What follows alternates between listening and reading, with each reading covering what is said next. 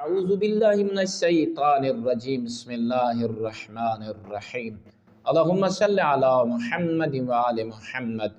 مومنین مسلمین ہم سب پہ ماہ رمضان میں زیادہ واجب ہے پہلے مہینوں کی نسبت کہ ہم اپنی آنکھوں کو حلال دکھائیں اور ان کانوں کو حلال سنائیں۔ جو حرام ہے، جسے خدا پسند نہیں کرتا، ائمہ خدا علیہ السلام پسند نہیں کرتے، یعنی کہ وہ حلال نہیں ہے، نہ ہم اسے دیکھیں نہ ہم اسے سنیں۔ اپنی پوری باڈی کو تقوی کے حوالے کریں، اللہ کی بارگاہ کے حوالے کریں اور دعا اور مناجات کے ذریعے اپنی باڈی کو گناہوں سے بچانے کی کوشش کریں۔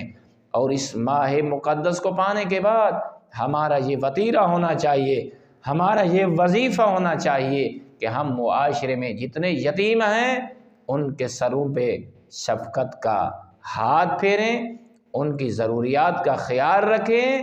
اس لیے رسول اعظم صلی اللہ علیہ وآلہ وسلم ارشاد فرماتے ہیں، اس وقت کا خیال رکھو جب تمہارے بچے بھی یتیم ہو جائیں گے۔ اگر آج تم دوسرے یتیموں کا خیال رکھو گے تو اللہ تمہارے یتیموں کا خیال رکھے گا۔ والحمد للہ رب العالمین۔